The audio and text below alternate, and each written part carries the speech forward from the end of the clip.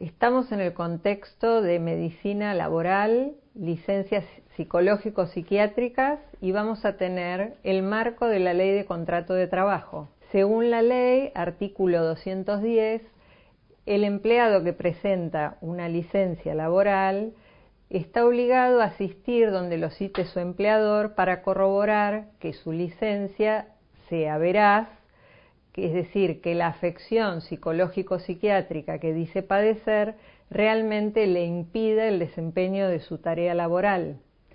Para esto, primero presenta un certificado, luego se lo cita donde considere el empleador, generalmente empresas de medicina laboral, y allí se procede a una serie de evaluaciones para acompañar el seguimiento de esta licencia. En el caso de que en primera instancia se determine que la enfermedad que dice padecer no lo inhabilita a trabajar, se termina y no se avala la licencia, es decir, puede tener una afección psicológica que requiere estar haciendo un tratamiento, pero este no le impide desempeñar sus tareas. En el caso de que realmente se compruebe y que sea veraz, vamos a seguir una serie de procesos. Los procesos de verificación y control requieren del profesional de salud mental un rigor científico basado en estudios y datos objetivos de esos estudios complementarios. Luego nos vamos a fijar el diagnóstico y el pronóstico. ¿Por qué? Porque según el diagnóstico podemos tener varios pacientes que tengan el mismo diagnóstico, pero según el caso particular, el pronóstico puede ser diferente. O sea, podemos tener muchos con trastorno de ansiedad, pero no es lo mismo en una persona que no tiene antecedentes que en una persona que por ahí sí ya tiene patologías psiquiátricas preexistentes u otras patologías. Luego vamos a monitorear el seguimiento y evolución de esa licencia, el cumplimiento terapéutico y finalmente, si todo va bien, el alta laboral, que se va a evaluar con la misma rigurosidad que el inicio de la licencia. Para poder ejercer el rol de control auditor, el profesional de la salud mental debe tener en este caso un contexto multidisciplinario, no solo su área científica de experiencia de salud mental, sino que debe tener en cuenta el contexto administrativo que le brinda recursos humanos, generalmente es algún personal de recursos humanos quien solicita el turno y quien comenta la afección que tiene el empleado y cuántos días de licencia ha pedido. Y el contexto de la Ley de Contrato de Trabajo. Sabemos que, al igual que con las vacaciones, administrativamente una persona, según su antigüedad, puede tener una licencia de hasta 30 días, 6 meses y máximo de 1 año. Luego de ese año de licencia paga, entra en lo que se llama reserva laboral de puesto. Esto es que la empresa le guarda su lugar de trabajo durante 1 año, pero ya en ese periodo no cobra. Entonces, la licencia paga, según la antigüedad, puede ser de 3 meses, 6 meses, 1 año. También se puede extender por temas como las cargas familiares, o sea, personas que tienen hijos a cargo, se le extiende este tiempo. Entonces, imagínense que es de vital importancia que el profesional de salud mental que ejerza el rol de control o auditor realmente sea riguroso en sus fundamentos para avalar o no la licencia, porque está en juego si se le paga o no. Una vez que presenta la licencia, el profesional tiene que verificar procesos. Por ejemplo, ¿qué acontecimientos antecedieron la presentación de la licencia? No tenemos que quedarnos en un análisis sincrónico, sino tener en cuenta lo diacrónico, la historicidad que tiene previa a la presentación de licencia. ¿el certificado tiene un diagnóstico claro, completo? En ese certificado, ¿se tuvieron en cuenta la historia clínica del paciente? ¿Quién lo derivó a psiquiatría? ¿Hubieron estudios previos, complementarios? ¿Acudió una guardia, supónganse un cajero de un banco que está con palpitaciones, sudoración fría, sensación de ahogo y lo viene sufriendo hace un tiempo? Trató de disimularlo, salió, entró de su lugar de trabajo, pero un día ya no lo disimula más y decide, se asusta y va a una guardia. En la guardia generalmente le van a hacer un chequeo clínico, un electrocardiograma, le van a tomar la presión, van a tener en cuenta su historia clínica, o sea, de acuerdo a la edad, si es una persona joven, si es deportista o si es fumador, o si es una persona que ya tiene patología preexistente, un hipertenso, un cardíaco, un diabético. Todo esto es fundamental porque hace el diagnóstico diferencial. Si después de descartar etiología orgánica, los profesionales, tanto en una guardia o como si se llamó una ambulancia a domicilio, o si tuvo el tiempo de acudir a una consulta con su clínico de cabecera, son lo previo para que se dé la derivación a psiquiatría y psicología. Por eso, en estos procesos, digo, como auditor, uno a veces le llama la atención cuando el paciente llega y intempestivamente dice, ¿quién te derivó a la licencia psiquiátrica? No, fui y me lo busqué por internet. ¿Tenés prepaga? Sí, pero no quise hacer la admisión y lo conseguí por internet, es privado. Bueno, y este médico privado, ¿cómo te evaluó? Ah, no me hizo ningún estudio. Entonces uno dice, y en primera instancia y sin ningún estudio y siendo paciente de primera vez, ¿ya te medicó y te dio una licencia de 30 días? Sí. ¿Y no te vuelve a ver dentro de 15 días por lo menos? No, me dijo que en 30 días.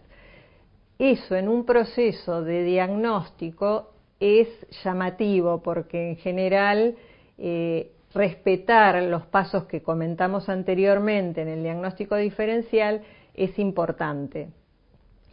Bien, también en estos estudios complementarios le permiten al profesional hacer el diagnóstico completo, es decir, no solo poner una colección de síntomas, palpitaciones, angor, sudoración, insomnio, tirarlos así y firmar una licencia, sino de hablar de un diagnóstico que enmascare todo esto. En esos estudios clínicos de laboratorio tiene que tener claro, por ejemplo, análisis de tiroides. Ustedes saben que el hipotiroidismo puede dar sintomatología muy parecida a la psiquiátrica, de depresión, y sin embargo estamos hablando de un desorden endocrino. Ni que hablar cambios hormonales, sobre todo en mujeres, hay momentos cercanos a la menopausia donde hay un desorden hormonal importante que también puede traer alteraciones conductuales. Hay que ver si esta persona tiene consumo de tóxicos, de drogas, de alcohol, si hay un embarazo, también si hay problemas de insomnio, si hay estrés. Muchos miden el cortisol, que sabemos que eso es un indicador de estrés, si se realizó un electroencefalograma, un electrocardiograma, una polisomnografía, y en casos más elevados, muchas veces personas que vienen con jaquecas o dolores constantes terminan acudiendo a un neurólogo y primero descartan organicidad neurológica con tomografías, resonancias magnéticas. Luego vienen las evaluaciones con la batería psicodiagnóstica. La batería psicodiagnóstica tiene una amplia gama de técnicas que podemos administrar, pero la idea es que el profesional decida aquellas que midan lo que quiere medir. Supónganse, si venimos hablando de depresión, la idea no es tomarle un test de inteligencia, ni un dibujo aislado, sino tomar una escala de depresión, un cuestionario de depresión, una escala o cuestionario de ansiedad. Hay pacientes que tienen trastornos en el control de impulsos.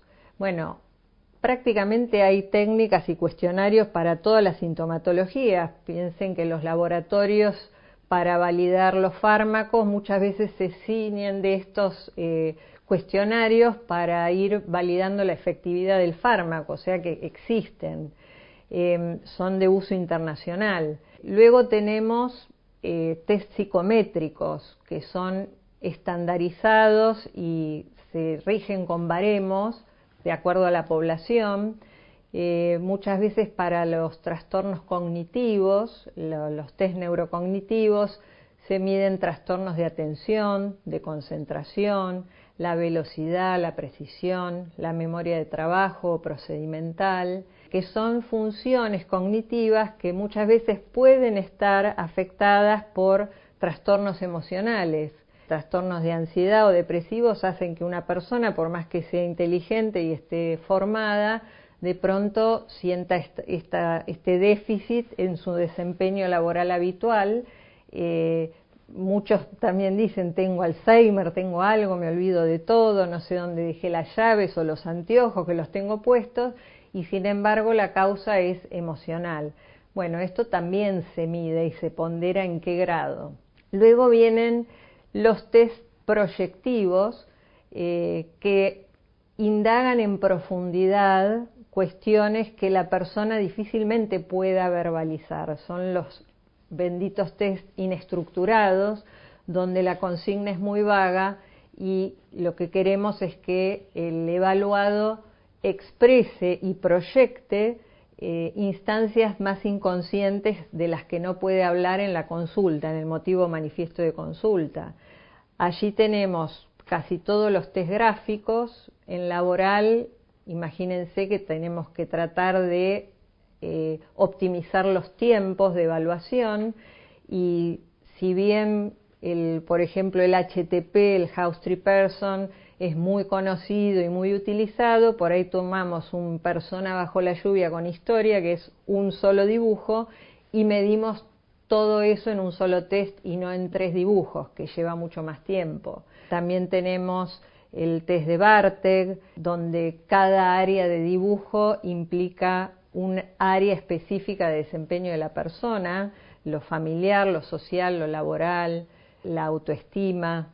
Y después las técnicas proyectivas por excelencia, que son los test de manchas, el test de Rorschach, que son 10 manchas, y el test de Zülliger, que yo lo digo que es como un Rorschach condensado, porque tiene las mismas variables que el Rorschach, nada más que con 3 láminas. Estos test de manchas tienen multiplicidad de variables, nos permiten estandarizar la autoestima, la ideación, el pensamiento, la mediación, o sea, la prueba de realidad, la relación con los demás, el control cognitivo de las emociones, el ánimo depresivo, hasta riesgo suicida inclusive. Y también tenemos 3 test proyectivos que son verbales, es decir, que la persona frente a un estímulo o lámina le pedimos que haga una historia sobre ese estímulo y después se analiza justamente la estructura semántica, quién es el personaje central, qué nivel de conflictividad tiene la lámina, si omite o suma personajes que no están en el estímulo visual, qué tipo de resolución tienen las historias, si son historias, si tienen introducción, nudo y desenlace o simplemente es una mera descripción, si tienen finales trágicos, si no tienen finales o si tienen finales siempre felices como una defensa maníaca de que nunca hay ningún problema. Bueno, con toda esta batería de test, que bueno, en estos están el TRO, el test de relaciones objetales, y el TAT, también el desiderativo, que mide la fortaleza yoica. Con toda esa amplia batería de test, más todos los datos que recabamos en la entrevista, más la historia clínica, más todo lo que le podamos pedir al evaluado que supuestamente hayan realizado los profesionales tratantes, podemos arrimarnos más al diagnóstico. Cuando hablamos de diagnóstico, muchas veces la gente dice que no pone diagnóstico porque es etiquetar a una persona. nada más alejado de la realidad de la práctica clínica en salud mental. Un diagnóstico es una hipótesis de trabajo, es mi hoja de ruta. Es verdad que al principio, la primer mirada, uno tiene lo que llamamos el diagnóstico presuntivo, es decir, presumo que puede tener tal o cual afección por lo que me relata, por lo que veo, por todo lo paralingüístico, es decir, el tono de voz, la velocidad en su discurso, el tipo de ideas que pondera, si tiene un sesgo negativo o tiene una actitud querellante, si es una persona impulsiva, se ve la actitud corporal, se ve cómo está su presentación. Todo tiene que tener una coherencia, tenemos que hacer como un escaneo de la persona desde que la saludamos, lo que trae escrito, lo que dice, lo que evaluamos con las técnicas y con todo eso hacer el diagnóstico. Sacando el presuntivo, podemos, como yo digo, arrimar más el bochín o dar en el centro, haciendo un diagnóstico donde tengamos en cuenta lo que decíamos antes y lo que estábamos indagando. Si esta persona tiene trastornos preexistentes o si además de su padecimiento depresivo está cursando un cáncer o tiene un familiar enfermo o acaba de perder un hijo o meses antes tuvo un robo o hay una situación laboral conflictiva porque, no sé, supónganse van a cambiar el sistema intranet del banco y este trabajador que ha sido excelente y que tiene 30 años de empresa, resulta que es su falencia porque no es ducho con las cuestiones cibernéticas. Entonces se siente desplazado, tiene miedo de perder su lugar y de no reinsertarse laboralmente. Entonces esto también generan los conflictos laborales. No solo son por cuestiones vinculares o de relación o de acoso o de moving, como muchas veces se escucha, sino que también en la historia laboral de una persona puede haber otras circunstancias que lo llevan a tener situaciones críticas. Muchas veces hasta un job posting, que es cuando se hace una publicación interna en una empresa para acceder a un puesto, supónganse, de una empresa que tiene un call center, se pone un job posting para un área específica, no sé, legales o marketing o recursos humanos. Se postula gente que, además de trabajar en el call center o en áreas de ese banco, estudia una carrera afín al puesto y se postula.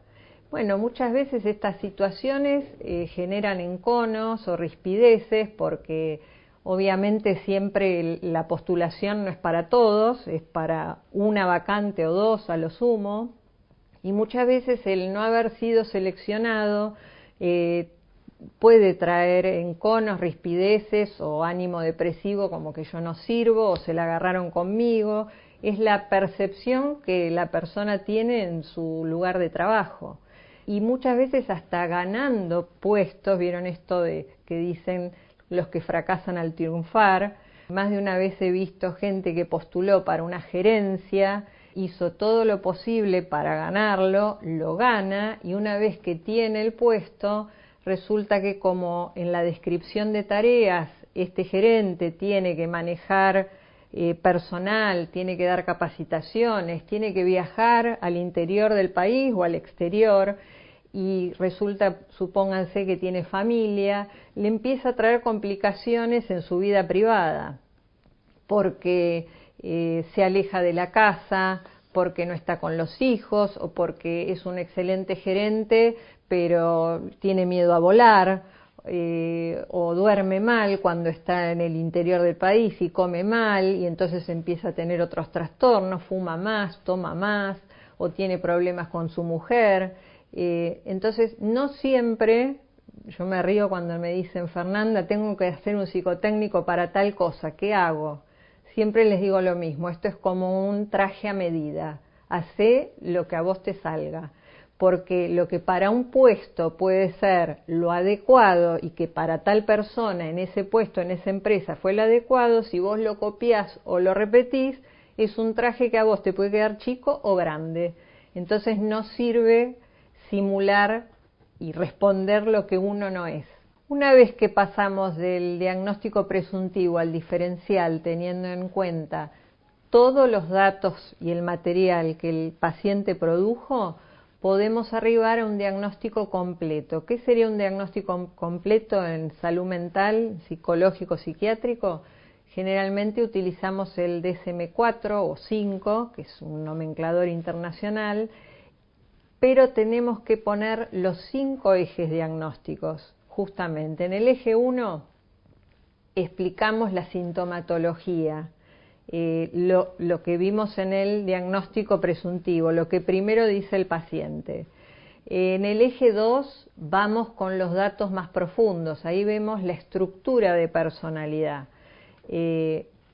Esto antecede a los síntomas que puede traer una persona actualmente. Supónganse, viene una persona con un estrés postraumático porque le robaron. Yendo al trabajo le robaron el celular o la moto, o lo apuntaron con un arma. Claramente eso es el diagnóstico en eje 1, el trastorno de estrés postraumático. Pero ¿qué sucede? Este acontecimiento le puede suceder a una persona joven o a una persona mayor que además está padeciendo una enfermedad, o en una persona que ya tiene una patología en su estructura de personalidad, trastornos narcisistas, trastornos límites de personalidad, que los hacen vulnerables a desestabilizarse con mayor propensión que al resto de las personas. Entonces, es importante porque el pronóstico también va a depender de esto. A mí me gusta poner el ejemplo de los traumatólogos que pueden tener una fractura de fémur en 3 pacientes, el diagnóstico es el mismo, pero obviamente el tratamiento y el pronóstico y la duración no va a ser lo mismo si un paciente con fractura de fémur es un futbolista o una señora con osteoporosis o un niño de 11 años. Entonces, de la misma manera, en salud mental tenemos en cuenta la estructura de personalidad y los mecanismos de defensa, que es lo que cuenta la persona para afrontar y resolver esta situación conflictiva como un robo. Luego, en el eje 3 se indica la comorbilidad con otras enfermedades. Acá es importante poner si el paciente está medicado y es diabético, si es cardíaco, si es hipertenso, si es hipotiroideo, si tiene alguna enfermedad en curso, un lupus, alguna situación o si fue operado recientemente. Todas estas enfermedades médicas van en el eje 3.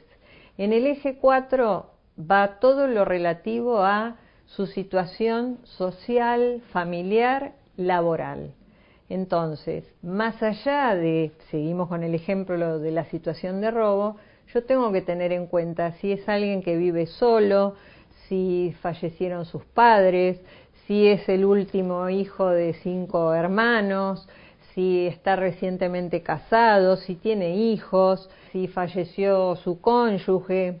Entonces, estar de duelo, estar dando exámenes, tener un conflicto laboral, todo eso también tiene que estar especificado en el eje 4. Y finalmente en el eje 5 es donde el profesional pondera la capacidad de afrontamiento que tiene ese sujeto evaluado para afrontar la complejidad de su vida cotidiana adulta. De acuerdo a todo esto, puede ser un porcentaje que en vez de 100% esté en un 70 o en un 50, y a medida que va realizando el tratamiento se supone, el tratamiento es en pos de mejorar, entonces se supone que este eje, esta capacidad de afrontamiento, tendría que ir mejorando con el tratamiento para luego llegar al alta. ¿Qué sucede con los tratamientos? Los tratamientos tienen que tener un objetivo claro, tienen que estar protocolizados, porque si no, muchas veces, y esto sucede en mi rubro, en psicología, nos quedamos con lo que el paciente dice y nos juntamos a charlar y se pierde el contexto científico y la mirada analítica que tiene que tener el profesional, más allá del discurso y del aquí y ahora. Entonces tiene que haber una dirección de la cura. Si un psicólogo tiene un paciente que está tan angustiado y esto le impide trabajar, además de continuar con el tratamiento, focalizando aspectos dinámicos de su conducta, tiene que derivarlo a un psiquiatra, porque imagínense que el trabajo artesanal, que es la psicoterapia, puede llevar meses hasta lograr alguna modificación efectiva para que maneje su ataque de pánico, que existen protocolos para lograrlo y a eso vamos, pero mientras tanto, para la que persona no sufre y quede recluida en su casa o sin trabajar, tiene que recurrir a un tratamiento farmacológico conjunto. Y sería ideal que, aunque no fueran del mismo equipo, que en algún momento se comunicaran psiquiatra y psicólogo con lo que evalúa cada uno para aunar criterios, pero en definitiva es el mismo paciente. Entonces, acá muchas veces nos encontramos con pacientes que vienen al control de la licencia psiquiátrica y dicen, bueno, yo tengo un certificado que dice mi psiquiatra que no puedo trabajar, me medicó con un ansiolítico porque no puedo dormir, en otros casos un hipnótico, y me dio 30 días. Bueno, ¿y cuándo lo empezó a tomar? No, yo no las compré porque no tomo medicación. ¿Y por qué no la toma? No, porque mi vecina o una amiga o no sé quién estaba reempastillada, así que yo me niego a tomar esta medicación. ¿Pero usted se lo dijo al profesional tratante? No. Y su psicólogo que dice, no, tampoco voy al psicólogo. Pero ¿cómo que no va al psicólogo? No creo en los psicólogos. Bueno, entonces, lamentablemente, acá hay una inconsistencia que en el rol de auditor nos toca hacer un poco de psicoeducación y explicarle a la persona que desde el momento en que presenta un certificado que dice que no puede trabajar por una afección psicológica psiquiátrica y le dan un tratamiento, si él lo incumple, automáticamente viene el alta por incumplimiento terapéutico. Porque ¿por qué el empleador tendría que pagarle una licencia 30 días recluido en la casa si no está haciendo ningún tratamiento en pos de mejorar? Es un contrasentido. Entonces hay que orientarlos, hacer un poquito de psicoeducación, o a veces nos cuentan que empecé a tomar el antidepresivo pero 2 días no lo tomé porque estuve mejor. Entonces hay que explicarle esto de la impregnación, que el antidepresivo tarda 30 días más o menos en hacer efecto, porque es la dosis de hoy más la de mañana más la de pasado, hasta que logra un nivel eficaz en cuanto a los neurotransmisores. Hoy se usan mucho los IRS, los inhibidores de la recaptación de serotonina, el ansiolítico, que está bien que no lo use automáticamente, muchas veces se dan como dosis de rescate, que eso lo maneja el paciente, en otros pacientes no lo pueden manejar porque hacen un abuso del ansiolítico, pero lo que tenemos que cerciorarnos en el rol de control o auditor es que en estos procesos hay una coherencia, es decir, si hay una enfermedad tiene que haber un tratamiento. El principal interesado en mejorar se supone que es el paciente, que es el que sufre. Entonces, cuando hay actitudes ríspidas, negativas, o se ofenden, o se ponen querellantes, supónganse que la licencia vino porque conseguí un psiquiatra que me recomendó un amigo o por internet, la verdad que vamos pensando en esto que nosotros llamamos licencias truchas, ¿no? O apócrifas. El tratamiento, una vez que supuestamente se logró una cierta estabilidad o remisión sintomática, puede venir el alta. El alta puede darse en algunos casos con medicación, en otros no. ¿En cuáles no? Bueno, caso de trabajadores que manejen maquinaria o vehículos, muchas veces no se puede avalar un alta porque son más propensos a cometer accidentes. Pero en otros puestos de atención al público o administrativos no hay ningún inconveniente. Si se logró la suficiente estabilidad, puede tener alta laboral continuando con sus tratamientos para evitar recaídas. Y en otros casos viene lo que yo llamo la cura milagrosa, que generalmente coincide con la reserva laboral de puesto, es decir, cuando el empleado no recibe más remuneración por no trabajar, viene el alta, dice ahora quiero volver. Pero nuevamente acá tenemos que hacer hincapié en la coherencia de todo lo que venimos monitoreando. Si nunca presentó un certificado que demuestre mejoría o evolución favorable, no digo que hagamos magia, porque a veces hay evoluciones tórpidas o hay resistencia a alguna medicación o le dio una alergia o le pegó mal y entonces se cambia, pero uno tiene que percibir que hay un equipo de salud mental que están trabajando activamente para que esta persona mejore. En caso de discrepancia, obviamente lo volvemos a fundamentar con estudios complementarios y en el mejor de los casos se va a una junta médica que puede ser privada, donde nos juntaremos con los médicos tratantes y los profesionales de control laboral para ver y fundamentar cómo vimos la evolución de este paciente y por qué sí y por qué no. Y si no, generalmente esto es lo que termina con futuros juicios laborales. La discrepancia al no dar el alta, si no está fundamentada, no lo podemos avalar. Las altas con restricciones tampoco generalmente son altas porque aluden a vulnerabilidad. Yo no le puedo decir, bueno, tiene el alta, pero no atiende al público, no cumple las 8 horas, no puede salir de su casa. Entonces, en la misma justificación me está fundamentando que el paciente sigue vulnerable y no está apto para trabajar.